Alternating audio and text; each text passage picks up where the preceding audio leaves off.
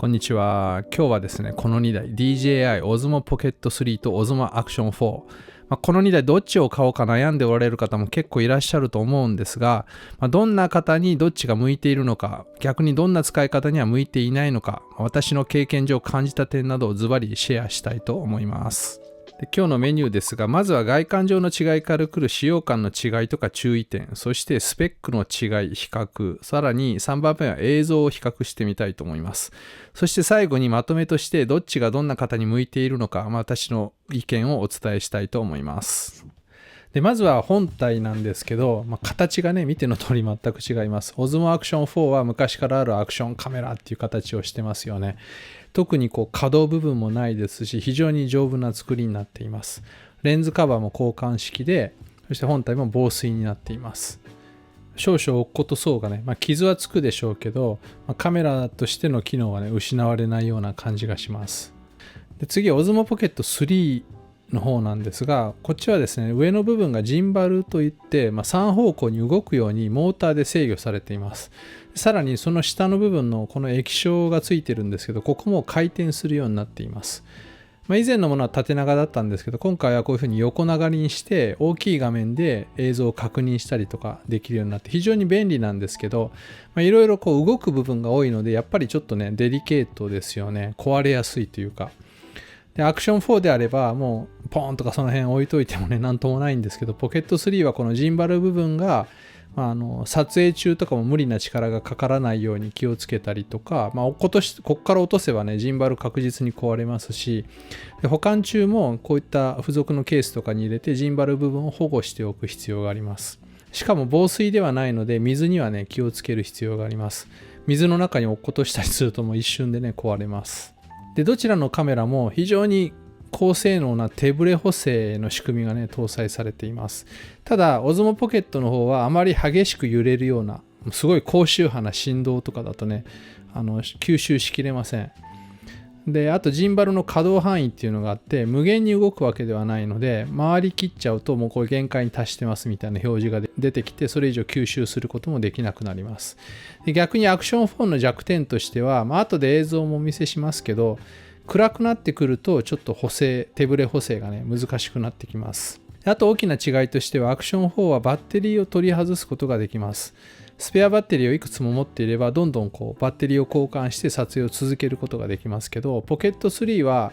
バッテリーは外せないので、バッテリーがなくなってきたら充電するとか、もしくは USB で給電しながら使ったりもできます。あとはバッテリーハンドルっていうのも売ってますので、これを接続すればより長時間の撮影とかもできるんですけど、いずれにしても給電しながらとかだとあまり激しい使い方とかは難しいですよね。で、2番目はカメラの性能としてどっちが綺麗に映るのかっていう部分ですよね。一番大事な部分かもしれないんですけど、これはですね、簡単に言うと Osmo Pocket 3の方が綺麗な映像が撮れます。いくつか理由があるんですが、まずはセンサーといって光を捉える部分、一番カメラの中でも重要な部品なんですけど、そこが Osmo Pocket 3は1インチというサイズのものがついています。Osmo Action 4はアクションカメラとしては大きめなんですけど、1.3 分の1インチといって、ちょっと1インチよりは小さいものがついています。それでも、ライバルの GoPro は 1.9 分の1インチというものなので、もっともっと小さいんですけど、なので Osmo Action 4のセンサーそんなに小さくはないんですけど、Osmo Pocket 3よりはちょっとね、負けてます。さらにですね、Osmo Pocket 3は、この手ブレの補正ですよね。揺れをジンバルといってさっき言ったこの上の部分で補正してるんですよね。なので、普通のカメラで撮影しておいて、手ブレ補正はこのジンバルの方で撮ってやるっていう仕組みになっています。なので記録される映像は1インチという比較的大きなセンサーで撮影された素のまんまの、もう本当素直な映像が保存されるようになっています。それに対して Osmo Action 4の方は電子手ブレ補正という、エレクトリックイメージスタビライザーとかよく言われてますけど、そういったものが使われています。アクションカメラでは普通はその方式だと思うんですけど、仕組み上やっぱりちょっと暗くなってくると手ブレがね結構出てきて補正しきれなくなってくるんですよね。ややこしくなるんであんまり詳しくは話さないでおこうと思うんですけど、暗くなってくると、光をたくさん取り込むためにシャッター速度っていうのを遅くしたくなります。でも今度はそうすると手ブレ補正が効かなくなってくるんですよね。じゃあ ISO 感度を上げてもっと明るくしてでシャッター速度を上げてやればいいかっていうと、今度はこの ISO を上げるとノイズがどんどん出てきて汚くなっていきます。これがねちょっとアクションカメラの宿命みたいなもんなんですけど、そういう仕組みになっています。でそれに対してポケット3の方はさっきも言いましたけど、この手ブレ補正っていうのはカメラに搭載されているセンサーでこのジンバル部分が全て吸収してくれますので、シャッター速度とか全然関係ないんですよね。なので暗いところであれば適切な値までシャッター速度っていうのを落として、でフレームレートっていうのもあるんですけど、それも下げていくことができます。でそれでも全然手ブレ補正には影響がなくて、明るい時と同じように手ブレを補正してくれます。どんなに暗闇だろうかね、関係ないんですよね。でしかも搭載されているセンサーがちょっと大きいということで、光をよりたくさん取り込めるようになっています。なので、暗いところでは特にね、Osmo Pocket 3の方が綺麗な映像が撮れます。ただ、DJI Action 4もアクションカメラとしてはね、かなり優秀で、暗い中でも手ブレ補正を補強するようなモードがついてますので、光のブレが少なくなって、手ブレ補正も以前よりは良くはなってはいるんですが、やっぱり Osmo Pocket 3に比べるとちょっとね、夜は弱いかなと思います。ポケット3のこの暗所性能っていうのは本当凄まじくて、いろんな人がいろんなこと言ってますけど、私もいろんなカメラと比較したんですけど、普通にフルサイズのもう何十万もするようなミラーレスと比べても本当ね、遜色ない映像を撮影することができます。歩いて撮影したり、もうそういう手ブレが関わってくると完全にね、Osmo Pocket の方がね、勝ってます。そのぐらい綺麗な映像を撮影することができます。大きな違いとしてはそういうところかなと思うんですけど、細かな違いとしてはいろいろありますけど、あとは DJI の得意の D-Log-M っていう撮影モードがあるんですけど、これ編集時に色の補正とかをすることによってすごい綺麗な映像になるんですが、それはどちらのカメラにも搭載されています。じゃあ次は3番目、比較映像になります。ではご覧ください。まずはどちらも 4K24fps で標準ビデオモードで撮影しています。Osmo Action 4も一番狭い画角での撮影になります。結構似たような映像ですよね。色合いもやっぱり同じメーカーなのでよく似てますよね。とても綺麗です。一番狭い画角に設定した Osmo Action 4と比較しても Osmo Pocket の方がまだちょっと狭いですよね。フルサイズ換算 20mm ということです。で次はですね、D-Log-M というログ撮影をしています。でメーカー純正のラットを当てています。これを拡大した映像がこれになるんですけど、石垣のあたりを見ると Osmo Pocket 3の方がかなり鮮明に映ってるのがね、わかりますよね。で引き続き D-Log-M の映像なんですが、今度は Osmo Action 4は一番広い画角にしています。かなり画角が広くなっているのが見ていただけると思います。でどちらも撮影中にデジタルズームなんですが2倍ズームにすることができます。2倍ズームにするとこんな感じです。ただですね、Osmo Action の方は若干ズームするときに引っかかりのようなものがあります。こんな感じでガクガクっとズームになりました。たまたまかもしれません。今度は走りながらなので手ブレ補正とか画角の違いが見ていただけるかなと思います。どちらも一番狭い画角です。どちらもというか Osmo Action は一番狭い画角になっています。自撮り棒に両方ともカメラをつけて後ろ向きに撮影、後ろ向きというか後ろに向けて自分は前に向いて全力で走りながら撮影しています。こういうことするとやっぱり狭い画角の Osmo Pocket だと画角からはみ出しちゃうみたいなこともね、起こり得ますよね。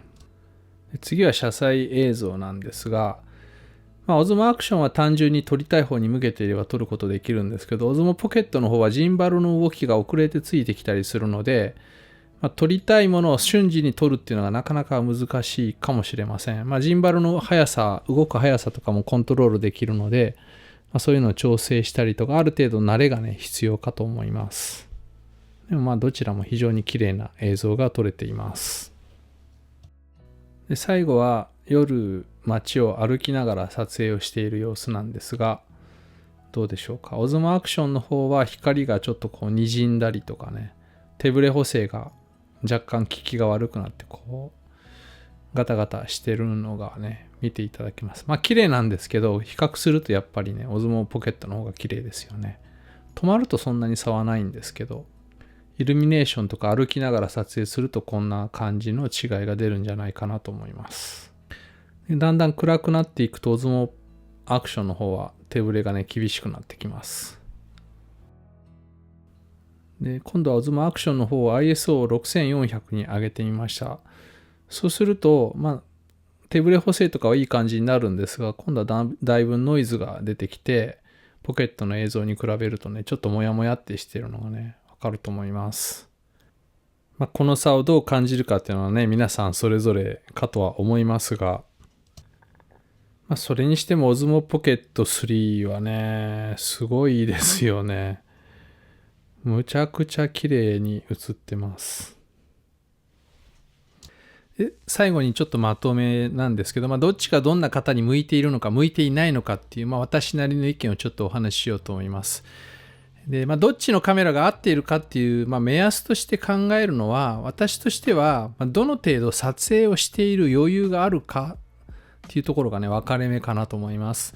旅行に行った先で景色を撮りたい、ドライブ中に車の中から撮影したいとかね、家族と一緒にお出かけしている様子、何気ないスマホで撮るような映像をもっと綺麗にもっと安定して撮りたいっていうんであれば、オズモポケットがおすすめかなと思います。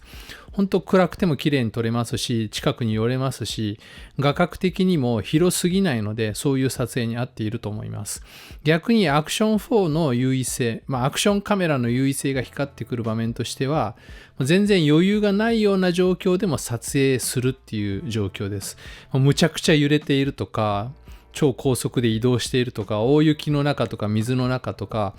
とにかくその撮影自体に構ってられない、エネルギーを使ってられないような状況の時ほど、アクションカメラの方が有利かなと思います。例えば、これから冬なので雪山で、おとなしくスキー場でね、ゲレンデをおとなしく滑っているような様子とかを、楽しくしている様子とかを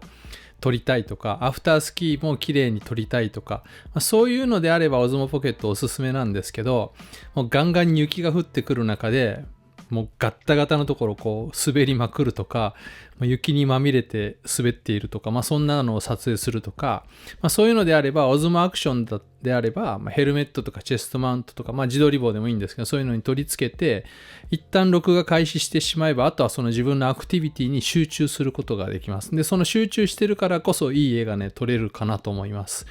もうね、雪の中だろうが泥にまみれようが空中を落下していようが、もう何があっても撮影し続けてくれますし、バッテリーがなくなったら交換すればいいですし、画角もむちゃくちゃ広いので、自分のアクションにしても他人のアクションにしても撮り逃すことがないんですよ。いちいちカメラを向けなくてもそっちの方向さえ撮っておけばとりあえず撮れているので、余裕がないような状況でも撮り逃さずにいいアクションシーンが撮れるっていうのは本当アクションカメラのいいところかなと思います。例えば自転車とかバイクで撮るにしても、本当に走ってる時なんかそのカメラのことに構ってられないですし、突然雨が降ってきたり雪が降ってきたりっていうこともありますし、オズモポケットでも撮れるんですけど、やっぱりガタガタ振動したりとか濡れたりとかいろいろカメラ壊れちゃうんじゃないかなってビクビクしたりするっていうのもね、危ないですよね。そういう状況であれば本当アクションカメラをもう設置しておいて、もう録画ボタンを押しときさえすればね、何があっても大丈夫かなっていう、そういう安心感はあります。そんな感じで、私的には、撮影する余裕がある、撮影を楽しみたいっていうんであればオズモポケット。そうじゃなくて自分が何かを一生懸命やってる、他人でもいいんですけど、何かを一生懸命ガンガンやってる様子を撮りたいっていうんであればアクションカメラの方がおすすめかなと思います。とはいえ、どちらか一方ということはなくて、多くの方は両方被ってる、用途が被ってるかなと思いますので、今日の比較映像などを参考にしていただきつつ選んでいただければいいんじゃないかと思います。ということで今日は DJI の Osmo Action 4と DJI Osmo Pocket 3の比較でした。引き続きこういった小型カメラの動画もいろいろ出していこうと思いますので、ぜひご覧ください。ではまた次の動画でお会いしましょう。さよなら。